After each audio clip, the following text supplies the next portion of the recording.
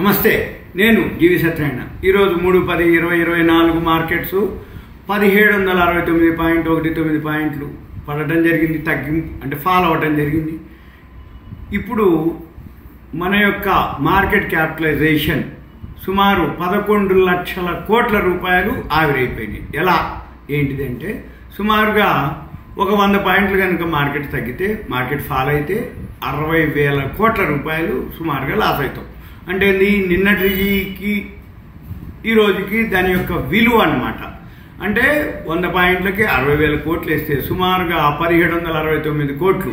అంటే ఏదైతే లో ఉందో 82,434 రావడం జరిగింది. ఇప్పుడు 82,497లో క్లోజ్ అవడం జరిగింది. దాంతో మన మార్కెట్లకి సుమారుగా 11 లక్షల కోట్ల రూపాయలు ఆవిరైపోయినట్టు. ఇది మార్కెట్ క్యాపిటలైజేషన్లో అంటే మన సంపద ఆవిరైపోయింది అనేది అర్థం.